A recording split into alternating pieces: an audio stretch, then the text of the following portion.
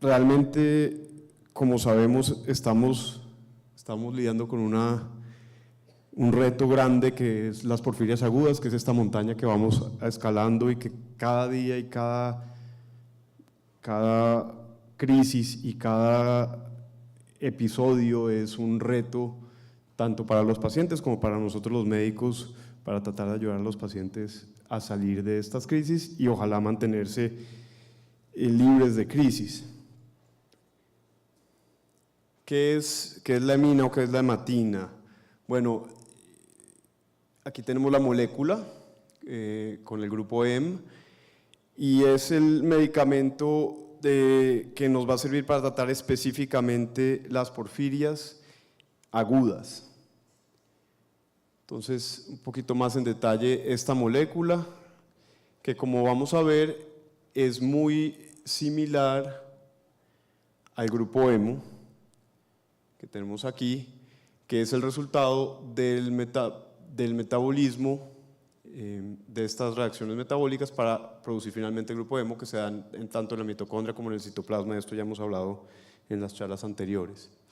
Como podemos ver, la similitud entre la hemina y el hemo es bastante parecida a la molécula y ello nos permite que nos ayude a inhibir la síntesis de esta molécula, inhibir los primeros pasos y así también inhibir la producción de los metabolitos intermediarios, que son en gran medida responsables de muchos de los síntomas que tienen nuestros pacientes con porfiria.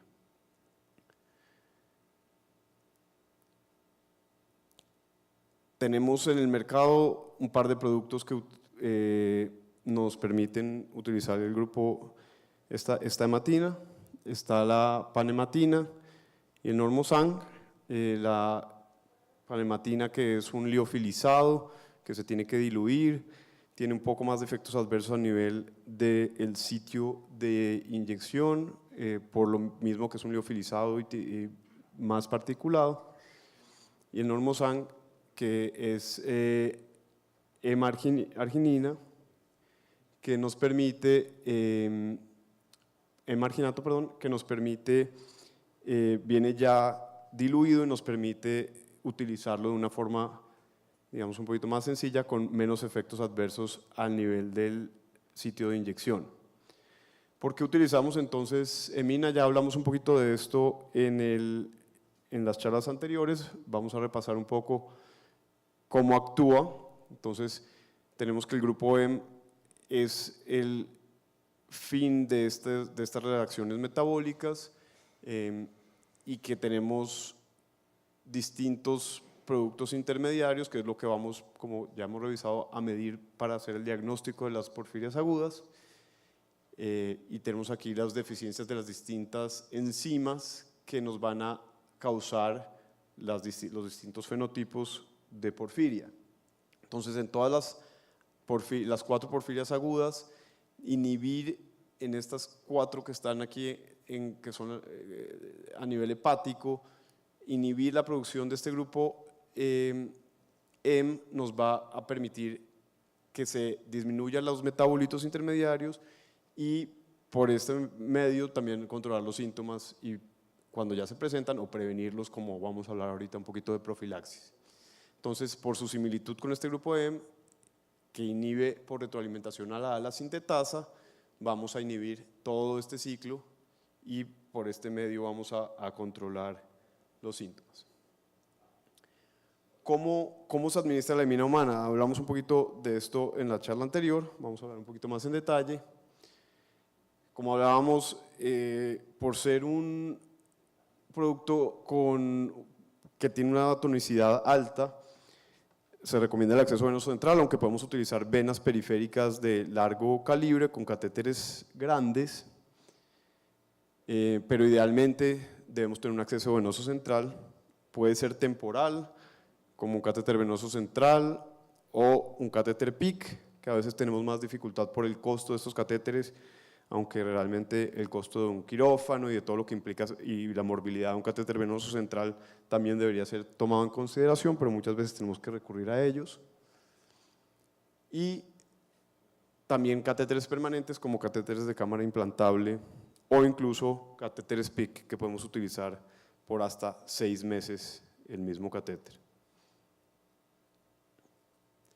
¿Qué dosis utilizamos? Ya habíamos hablado un poquito de esto, 3 a 4 miligramos por kilogramo de peso, no excediendo 250 miligramos que en la presentación disponible. Es una ampolla en 24 horas y como habíamos hablado, en crisis utilizamos por definición estándar 4 días, pero en experiencia también nuestra en nuestra institución, inicialmente utilizamos 2 días cuando hay crisis y vamos viendo la evolución y si hay mejoría 2 dosis pueden ser suficientes. En muchos pacientes utilizamos 3 y en la minoría de los pacientes llegamos a necesitar 4 días del ciclo. Por las características de la molécula, debe diluirse en cloruro de sodio en 100 mililitros y se recomienda pasarlo en más de 30 minutos, pero menos de 1 hora porque se empieza a precipitar como habíamos hablado.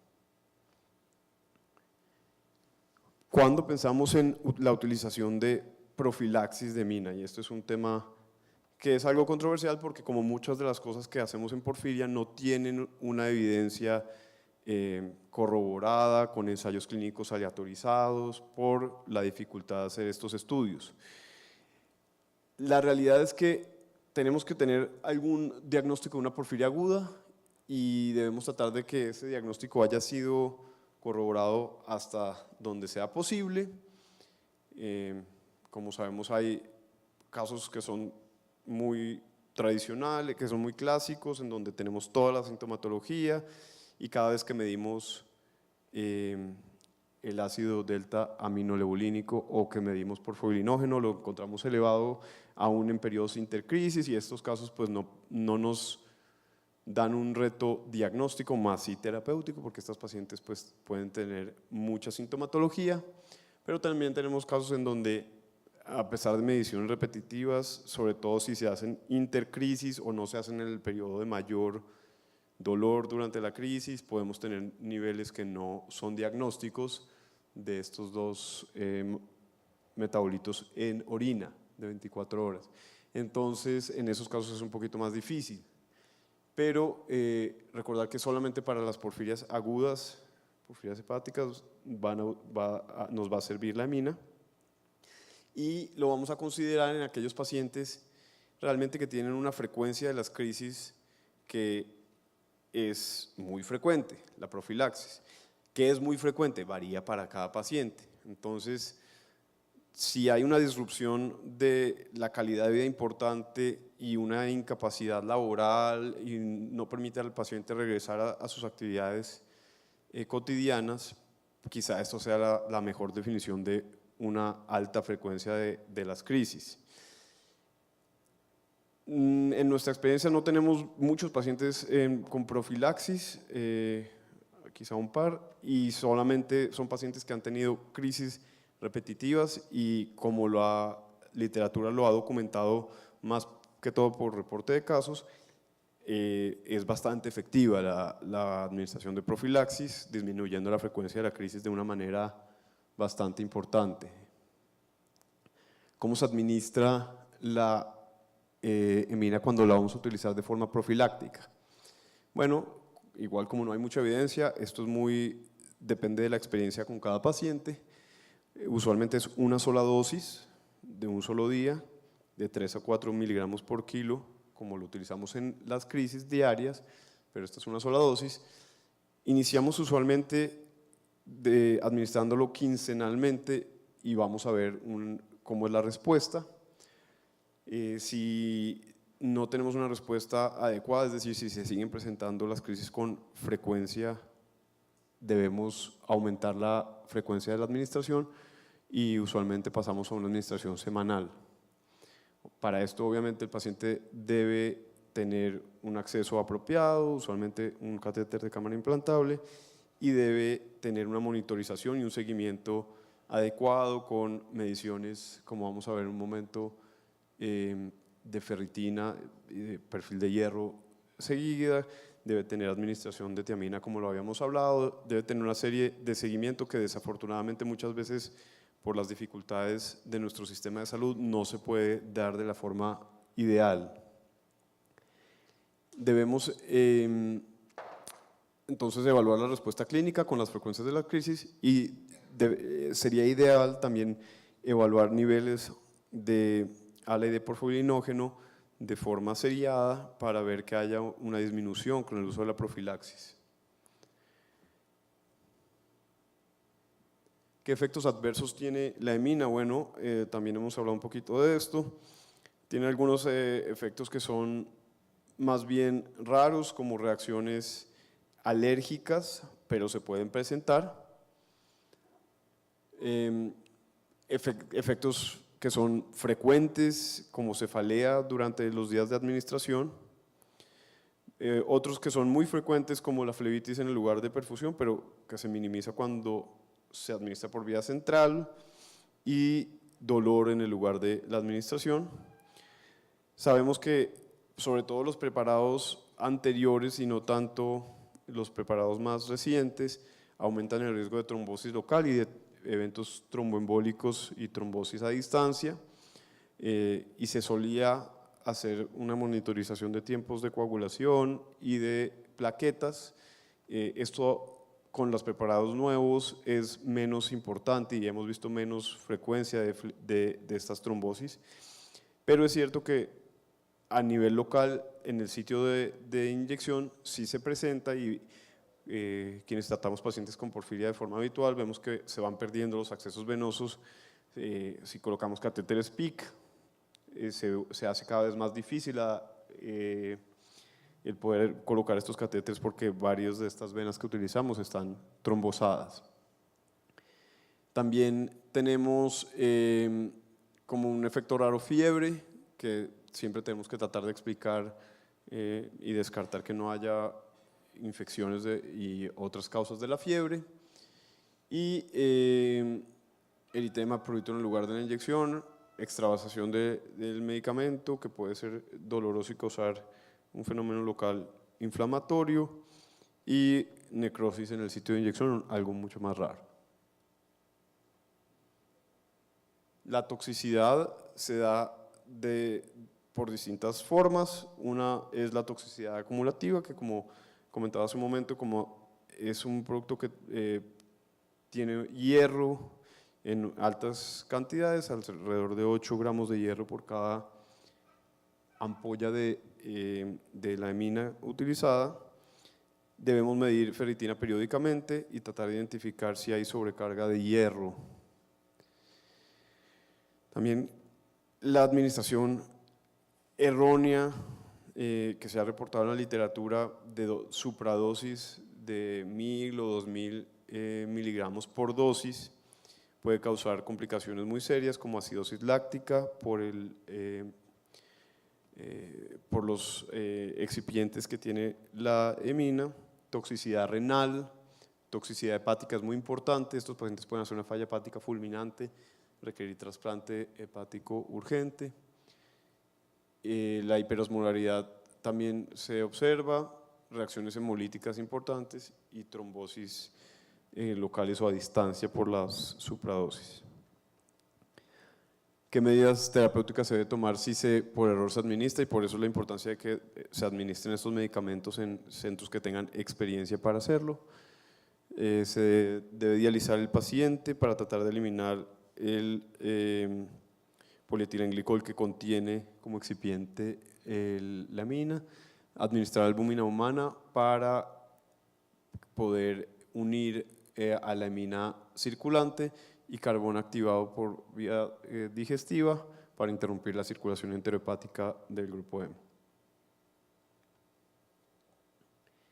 ¿Cuándo vamos a decidir? Entonces, ya hablamos un poquito de algunas de las indicaciones, pero ¿cuándo vamos a decidir que un paciente le vamos a iniciar profilaxis para su porfiria? Bueno, cuando ya hemos descartado que todos los desencadenantes posibles han sido controlados o eliminados. Si tenemos a alguien que tiene crisis repetitivas, tenemos que tratar de, con diarios y con visitas frecuentes, de tratar de identificar cuáles son los desencadenantes que le están causando las crisis a ese paciente. Pero si a pesar de que hemos eliminado todos los medicamentos, la dieta se está siguiendo de forma rigurosa, no hay infecciones concomitantes, no hay nada que nos pueda explicar las crisis, debemos considerar emina profiláctica. Hablamos un poco de uso de hormonas, tanto de estrógenos o combinados con progestágenos en forma del Mirena o análogos de GnRH sistémicos para inhibir la ovulación y los ciclos menstruales. Si esto guarda sobre todo si guarda una relación con los ciclos menstruales y estas crisis catameniales, deberíamos, antes de considerar emina profiláctica, lograr una buena inhibición de los ciclos. Si todo esto se ha hecho, podríamos considerar emina profiláctica quincenal, y si a pesar de esto tenemos crisis frecuentes, debemos considerar emina semanal.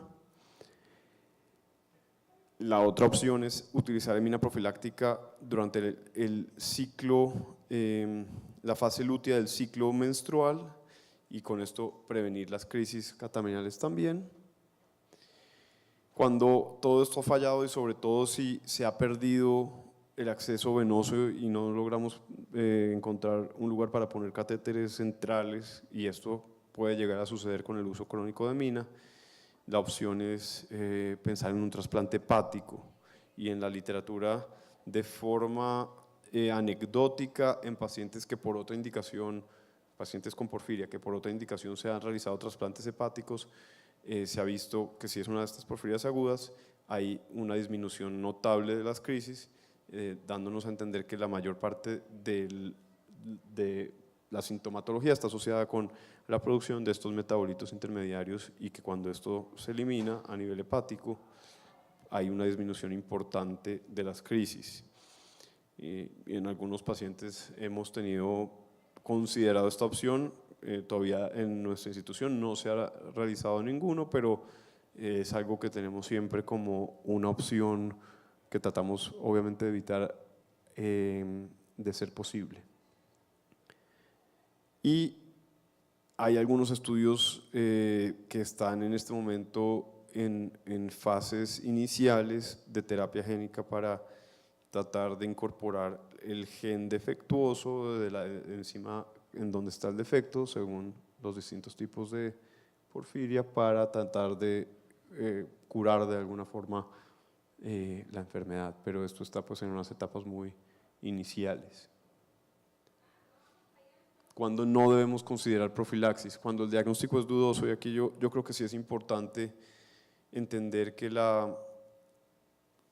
como es siempre complicado el diagnóstico, ¿verdad? Cuando no es complicado, pues lo complicado es el manejo, pero cuando tenemos problemas desde el diagnóstico, es muy difícil justificar el uso de emina profiláctica, pensando no solamente en el costo, que es sustancial para el sistema de salud y para las instituciones, con todo lo que conlleva la administración de esta profilaxis, sino también, sobre todo, por los efectos adversos que puede tener la administración de emina, sobre todo si hay dudas de que el paciente pudiera beneficiarse. Entonces, yo creo que sí es muy importante, si vamos a llegar a este paso, tener claridad en el diagnóstico, y tendremos que recurrir, si es necesario en algunos casos, a pruebas genéticas para la confirmación de la porfiria. Tenemos que estar seguros de que se han controlado los desencadenantes, como ya habíamos hablado, que hemos controlado el efecto hormonal.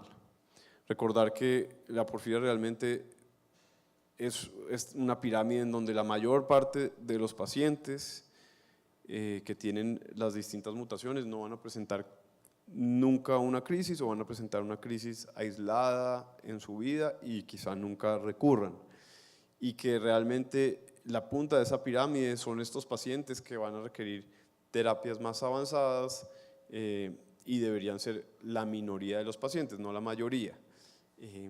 Y creo que nuestra casuística en la ciudad y en la región así lo han demostrado que aquellos pacientes pues, en quienes se corrobora la porfiria y que reciben emina profiláctica son realmente la minoría, y que hay una serie de pacientes que están aquí en la mitad que tienen unas crisis dudosas en los cuales el diagnóstico debemos hacer un esfuerzo grande por aclarar el diagnóstico.